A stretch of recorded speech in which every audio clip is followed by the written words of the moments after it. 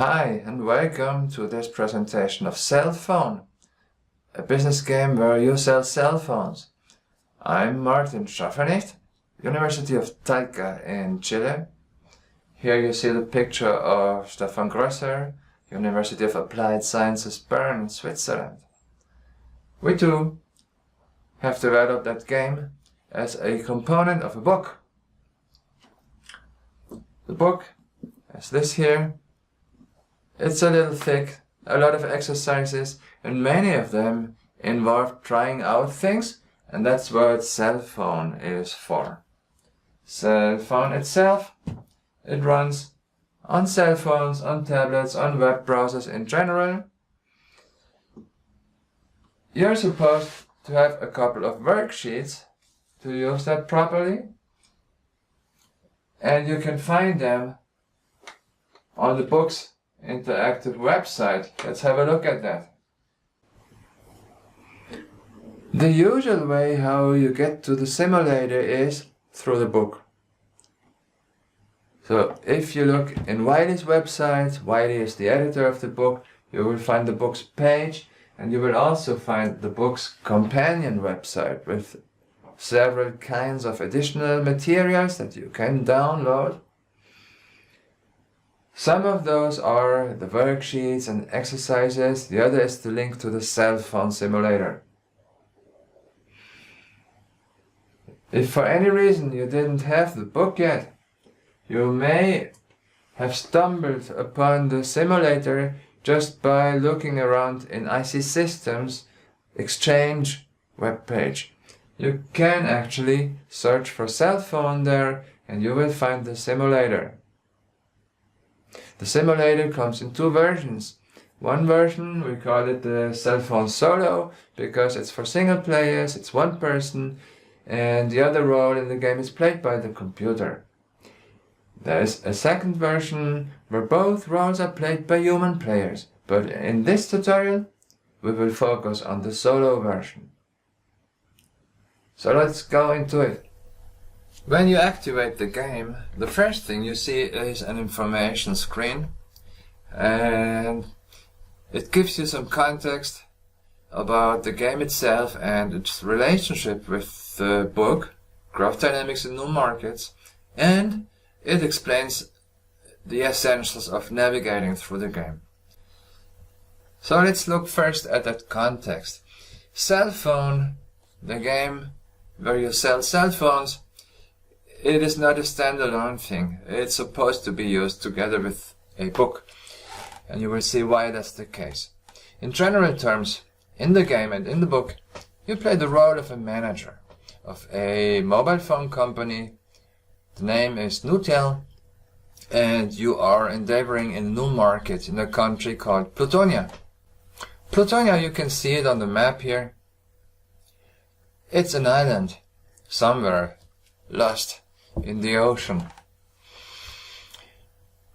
There are 1 million individuals who are believed to be potentially interested in using cell phones or mobile phones, and there are two companies going to that market. Nutel, that's you, and Riftel, your rival.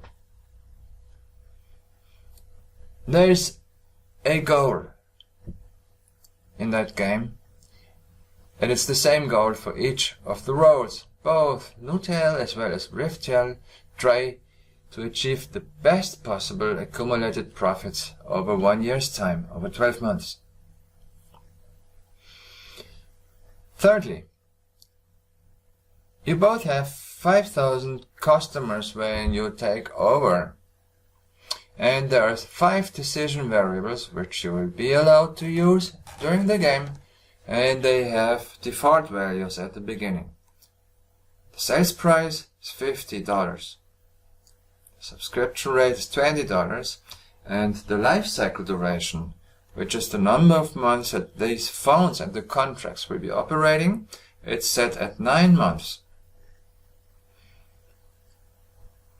By default, there is not any advertising spending and not any process improvement spending. However, you can try to catch more customers by doing some advertising spending, and you can try to diminish your service costs by making some process improvement spending during the game.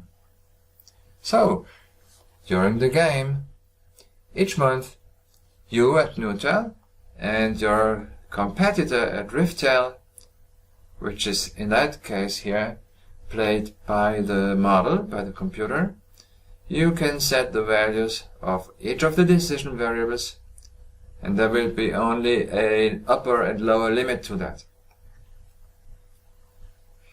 As you can imagine, this simulator is working with a simulation model, which is beneath what you can see here.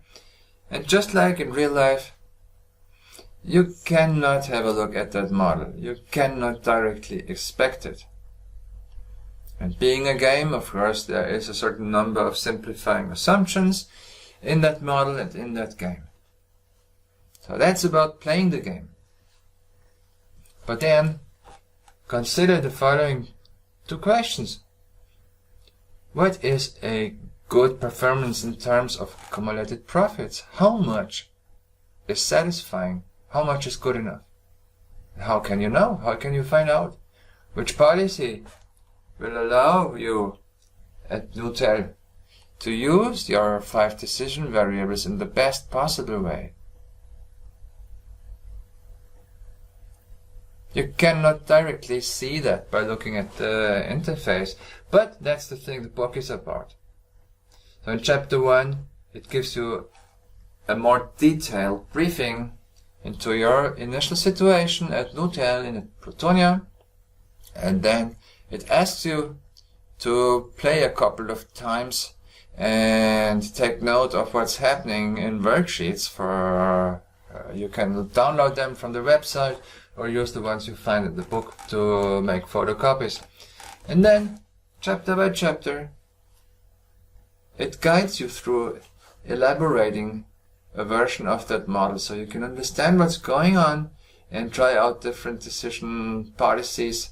And in the end, you can go back to SellPhone and try the policy that you have elaborated. So, if you really want to squeeze out the possibilities of this game, use the book. You'll find it at any major bookseller. This being said, you have to navigate the screens of this game. Luckily, there are not so many screens. Basically, we now are in the I, introduction, where you could see this quick brief and you have access to the tutorial. And then there are 3 really important screens. The first one has an icon like a flash. That's the decision window. That's where the main stuff is happening. You can see a couple of current information things there. You can adjust the values of your decision variables, and you can control how you advance through the months of the game. Sometimes you will want to have more detailed information about what's going on with most of the variables that are somewhere in the model, and you can look at them either as graphs or as figures in the table to see the numbers. Alright, that's all there is basically in terms of different windows. So what we can do now, we can have a look at the decision window and play a couple of scenarios.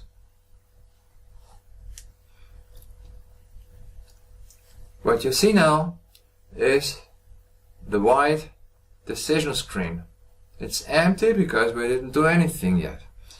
It has 4 major regions. The upper left one shows you where you are in time and the status of the most important variables. Nutel situation, yours, how many new customers you have made during the past month. So that will be updated while we are advancing over time. The current customers you're having. And these 2 variables you can also do some marketing, right? And look how many new customers Riftel did make and how many current customers do they have. If there's net switching, that means customers changing from Nutel to Riftel or from Riftel to Nutel, you will see that here. You can see your own monthly profits and accumulated profits. Of course, you cannot see Riftel's. This is a moment-to-moment look at some of the variables, and some of the very important variables that are also contained in the graphic pad here. You can see time advancing in the horizontal axis, and we can see our own customers, the current customers of Riftel. The sum of those would be the total current customers and potential customers. You see a PG, that's like abbreviation for page. We are on page 2 here. That's because it's a simplified representation of page 1. I will show you that when we have gaming data. The third and last page of this shows you the flow of new customers for each of the companies and net switching if it is to occur. Then in the lower left half you have the controls you're given to set the values of the decision variables. Sales price can go from nothing to $70. It's now at its default value of 50. The subscription rate is 20, life cycle duration 9, 0 advertising spending, 0 process improvement spending. But you can, inside the allowed range, set the values you decide to set. While you're doing so, you can also look at the latest available information concerning Riftel. Last thing, the game control. There are 4 buttons here for carrying out actions. In green, you can either go to the next month or simulate what's left of the year. If you think you messed up your game, you can stop it and start again. Let's quickly have a look at the graphics window and the table window before playing a game. There are 2 kinds of graphics. On the left side, you have the decision variables, and you can inspect what's going on with the behavior of your decision variables and what's going on in Riftel. And on the right side, you have a whole series of graphics. You can see the flows of customers between potential, yours, Riftel's current customers. You can see your own profits, how they develop over time. You can see your revenues and your costs, and you can have a split up view on the 2 streams of revenues, the different factors of costs, and if you do ad spending and process improvement spending, you can look how much effect do these things have on catching new customers and on reducing the service costs. That's what you can do with the graphics. The tables. There are 3 tables. The first one shows you things about customers, the stocks and the flows. You can switch to the second table that shows you your financial resources, and it's only Nutel's because we cannot look into the account of Riftel.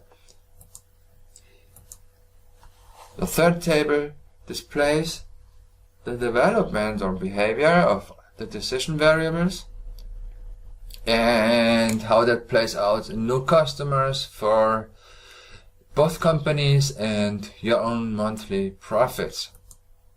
So that being said, let's play a simple game.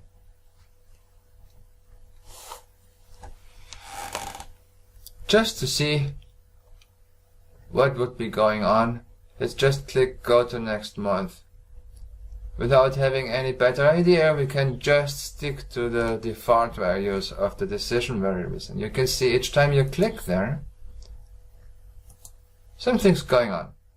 Yeah, here you can see potential customers, the pink dotted line, the gray line, which is the sum of both companies, current customers. And you can see that the blue line and the red dotted line, they seem to be equal for a reason that you may be able to figure out on your own.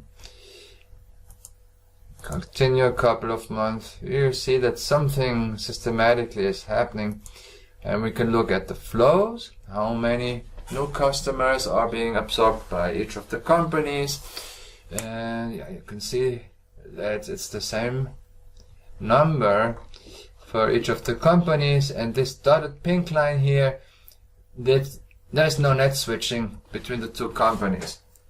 Please forgive me for not telling you the reason. You're supposed to find out on your own.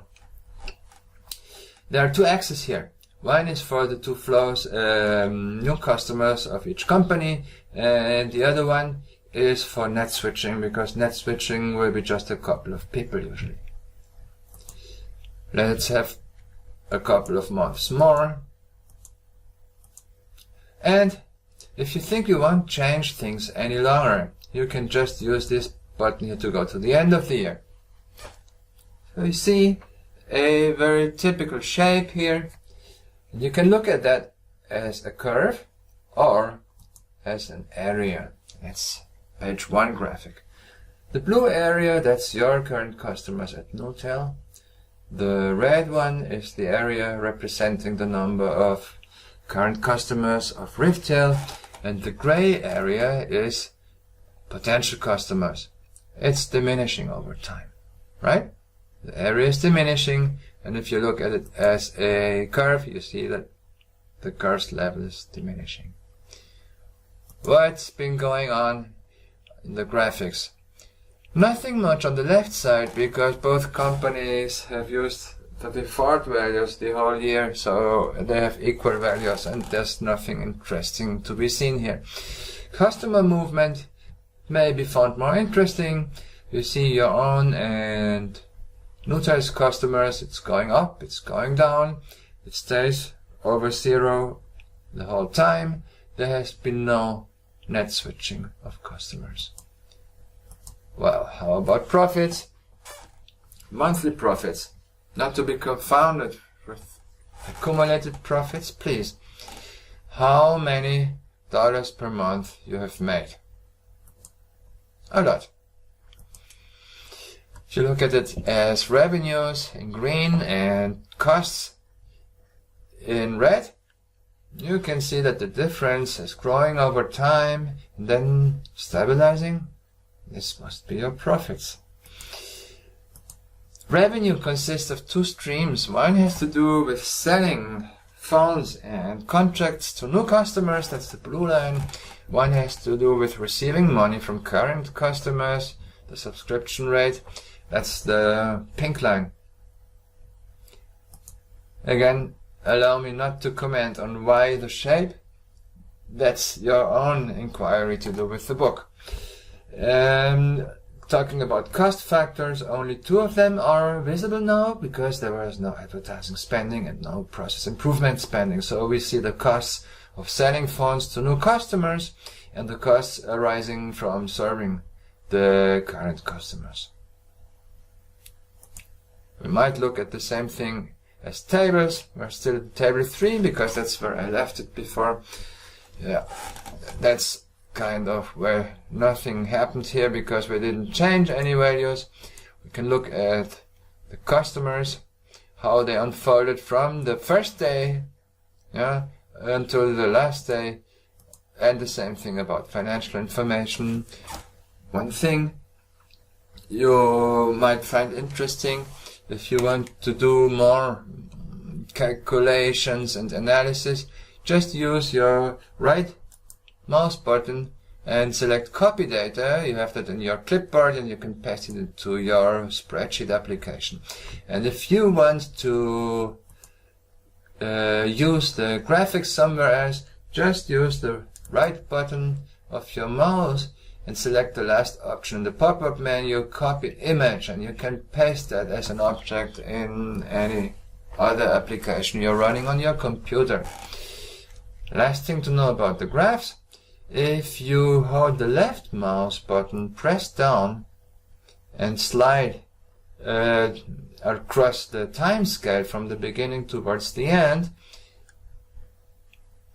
you can see where you are in the time scale, and you can see which value was given in the simulation or in the game at that point in time. Yeah, you see that in the legend down where the variables legend is. So you can use that to reflect on what you want to do with your decision variables. Let us play one game with a little bit more interesting things going on. Let's say we wanted to start with a little discount to attract people and go to the next month, and then we found out that Riftel, they are copying us. They have detected for sure that we diminished our price, so they did the same thing. Well, we could do the same thing again, or we could say, let's change something else. We diminish our subscription rate. That's a very powerful thing to do for us. And yes, it works, even though we don't see much difference here at that scale. Let's do one more month. Well, you see, we are having some more current customers than Riftel, but Riftel has already reacted to our decrease in prices. Too bad, huh? Can we look at this in terms of customer flows? Yes, we can see that actually there was some switching going on. Please look at the right hand scale here. It was like 2,500 people flowing towards us, and now we are making a difference.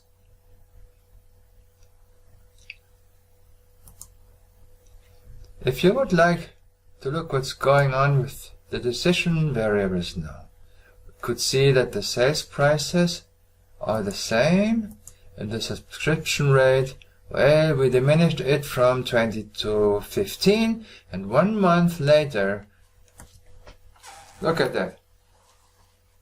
Riftel has taken 1 month to find out what we did and to react in their own decisions. We might use that to take different decisions now.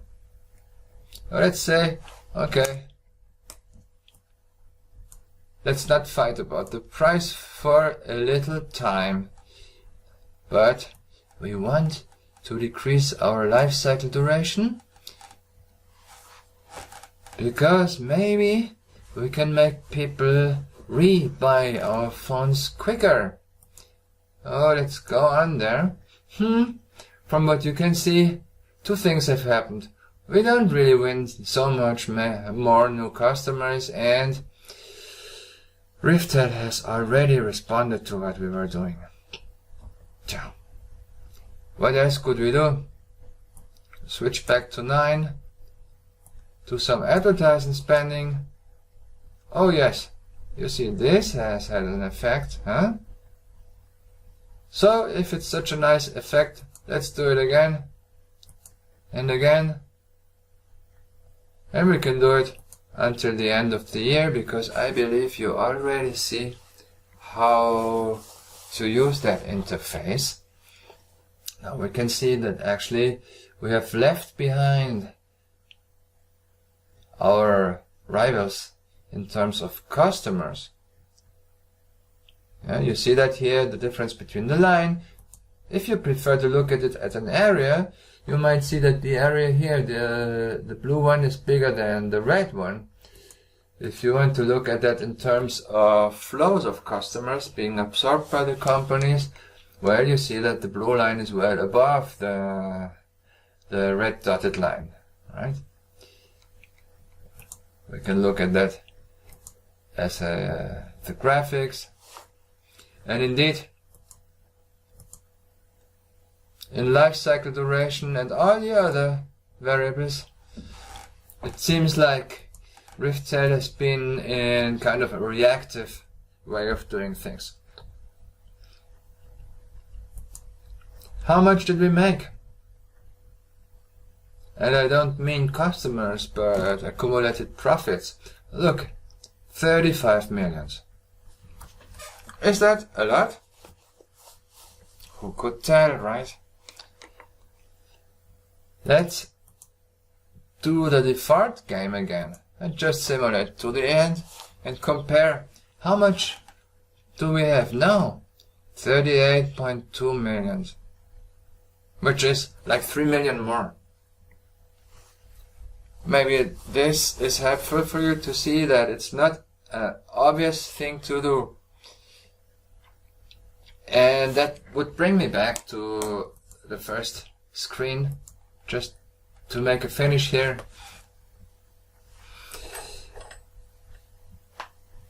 The game by itself is, like I said, it's like reality. You cannot see the model. You have to figure it out. That means that you have to reflect and you will build a mental model of the situation. And the book is about a methodology for systematically developing your understanding, your mental model, by developing a simulation model. And going through the chapters of the book is really insightful and helpful for knowing what to do with the decision variables and why it will work for you. So, together with Stefan, we hope that you will have some fun playing SellPhone. You will find that entertaining and interesting and a good couple of things together with the book. And of course we hope that you will find the book insightful. See you around there.